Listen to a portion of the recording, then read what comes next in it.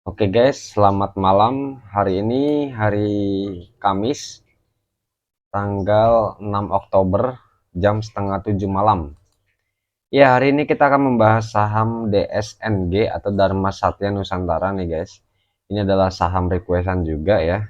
Jadi saham ini itu bergerak di bidang perkebunan dan kelapa sawit guys. Ya, ini. Kemudian adapun juga kayu ya, kayu selain kelapa sawit yang dijualnya begitu ya, atau yang diproduksinya. Oke. Barang kayu seperti panel tertutup, pintu mekanik, dan lantai mekanik. Oke. Didirikan tahun 1980, artinya sudah cukup mapan ya, mature begitu.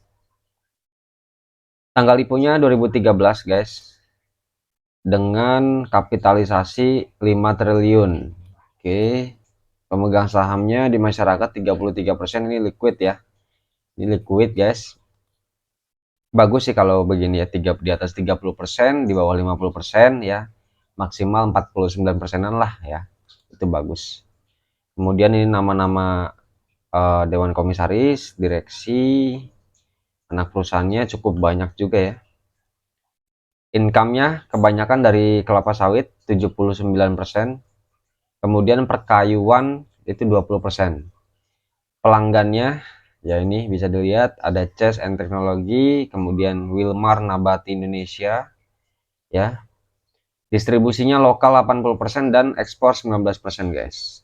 Kita lihat pergerakan sahamnya ini sempat tinggi nih di harga 900-an ya, 950-an. Kemudian downtrend lagi nih ya. Tapi kalau kita lihat sejak IPO sih dia ya masih di atas harga IPO-nya sih ya. Oke, kalau kita lihat dari pucuknya di sini peaknya ya dia mengalami downtrend. Hari ini ya dia naik sebesar 1% guys ya, pas 1%. Kita lihat aja di sini untuk finansialnya.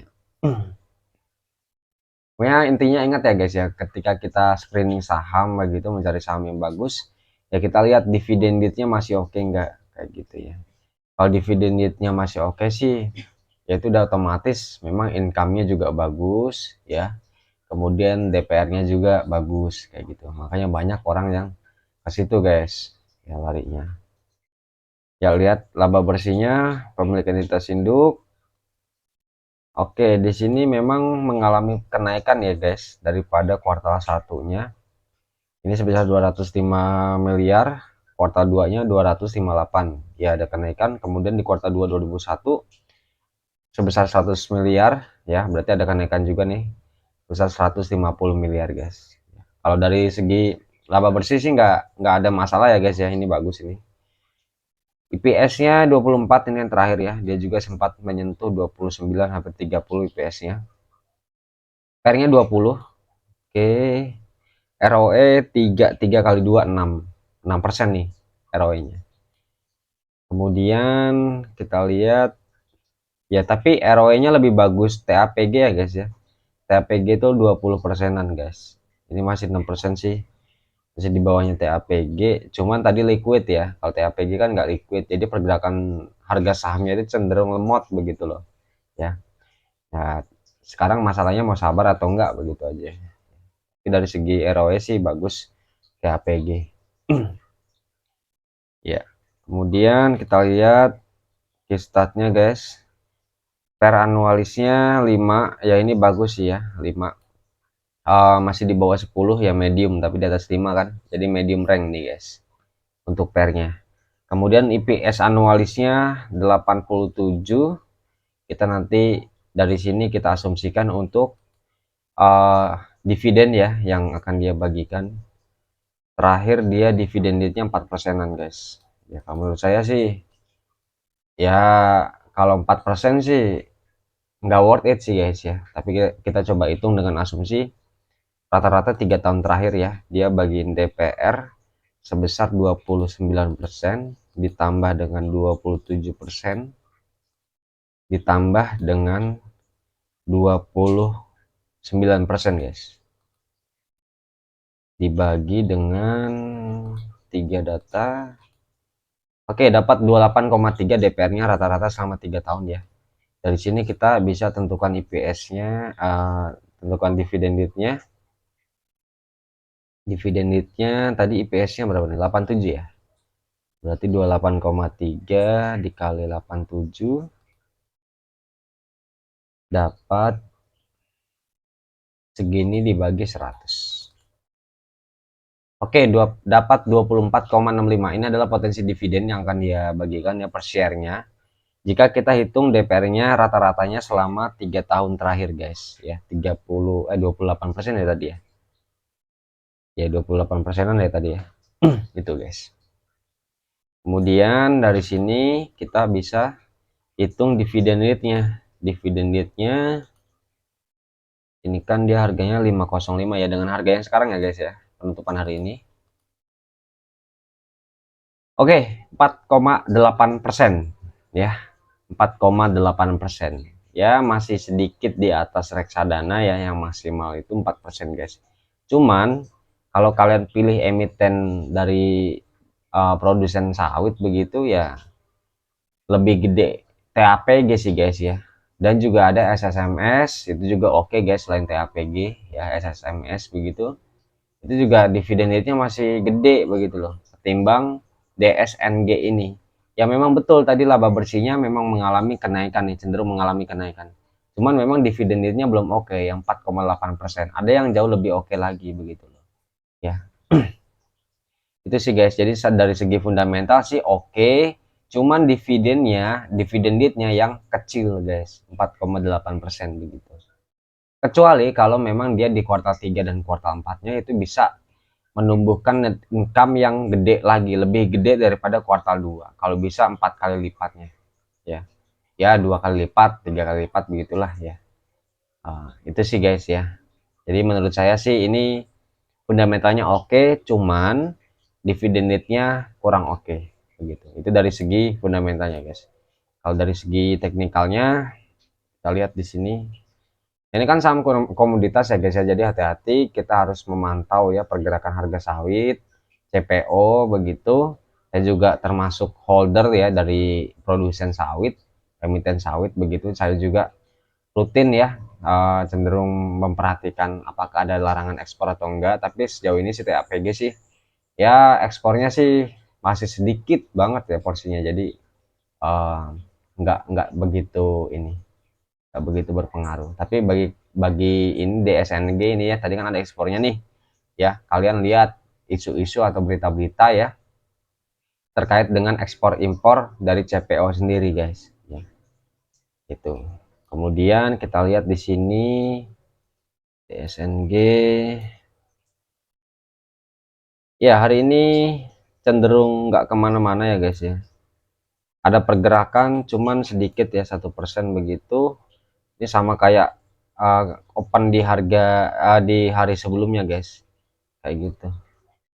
Coba kita lihat dari bandarnya, normal ACC ya, CS masuk, KZ keluar. Oke ya, hari ini kebanyakan sini retail ya guys, di sini kebanyakan tadi hari ini per hari ini ya. Kalau kita lihat dari apa namanya, ini membentuk pola mungkin head and shoulders ya guys ya. Kalau kita lihat tarik dari sini nih, 15 September nih, ini shoulders kemudian head ya. Nah ini akan membentuk shouldersnya lagi atau enggak. Kalau memang membentuk shouldernya lagi berarti supportnya ada di area sini. Sini. Nah sini. Ini support dia guys. Nah di sini kemudian ada lagi, kita tarik ya sini. Nah di area 400-an, 470-an ini area support. Kemudian area support pertama ada di 480-an guys, 480-an ya. Coba kita nanti apa namanya, kalian bagi holdernya begitu, silahkan cek sama-sama ya, jangan sampai dia melewati ini 480-an ke bawah ya. Jangan sampai dia melewati itu. Kalau dia berhasil ke bawah begitu ya, dia gagal membentuk pola head and shoulders. Tapi kalau dia berhasil mantul ya betul dia membentuk pola head and shoulders guys, kayak gitu. Kemudian kita lihat lagi untuk supportnya. Oke, sejauh ini sih ini support terkuat ya guys ya, area 480-an, 470-an. Kemudian paling bawah juga ada di sini 450 ya, 450, 440 sampai 450 ya, itu sih. Kemudian itu area supportnya guys. Jadi kalau kalian mau misalnya holdernya begitu ya, ya sejauh ini sih di atas reksadana sedikit ya. Ya bisa jadi juga semoga nanti di kuartal 3 dan kuartal 4-nya dia bisa menumbuhkan net income yang lebih gede lagi ya. Kalau net income-nya lebih gede lagi ya potensi dividen yield-nya itu akan lebih gede lagi juga gitu loh. Dan pastinya banyak investor yang tertarik di saham ini begitu. Terus sejauh ini sih tadi ya fundamentalnya oke, tapi dividen yield-nya sudah berada di harganya guys. Kemudian area take profitnya di mana? Area take profitnya yang pertama, lihat dulu di sini. Oke, di sekitaran sini berarti kita pakai price saja. Price rank-nya ini ya berarti sini. Oke, di area ini guys. Di area coba kita perbesar. Ya, 530-an sampai 545 ya. Itu area take profit yang pertama, ini kita kasih warna hijau dulu. Kemudian ada lagi ya di sini ya, di area 620-an guys ya. 630-an lah ya. Itu take profit yang kedua. Kemudian yang ketiga ya di sini ya, EMA crossing nih di sini di area 660-an, dan terakhir di sini pastinya ini di peak sebelumnya nih area 760-an guys, seperti itu ya. Mungkin analisa saya kita hari ini ya, pada hari ini ya sampai di sini aja. Pokoknya kalian kalau pilih saham, usahakan cari saham yang dividen yield-nya masih gede guys ya. Jadi margin of safety-nya itu ya masih gede begitu loh ya, masih gede. Jadi nggak usah khawatir ketika harganya dibawa turun begitu kan, kita dapat dividen ya, kita tinggal tunggu aja. Seperti itu sih guys ya. Ya jadi secara analisa fundamental dan kesimpulannya, uh, ya ini saham menurut saya dividen yield-nya kecil ya, tapi fundamentalnya oke begitu. Kemudian dari teknikal ya ini bisa membentuk pola head and shoulders ya, tapi dia di sini beberapa kali mantul sih guys ya. Area 480-an ya, 470 sampai 480 begitu ya. Itu membentuk pola head and shoulders atau cup and handle juga bisa sini ya. Kita lihat aja nanti beberapa hari ke depan pergerakannya bagaimana, kayak gitu sih guys ya. Mungkin cukup sampai di sini. Jangan lupa subscribe. Sampai jumpa di lain waktu. See you semua, bye.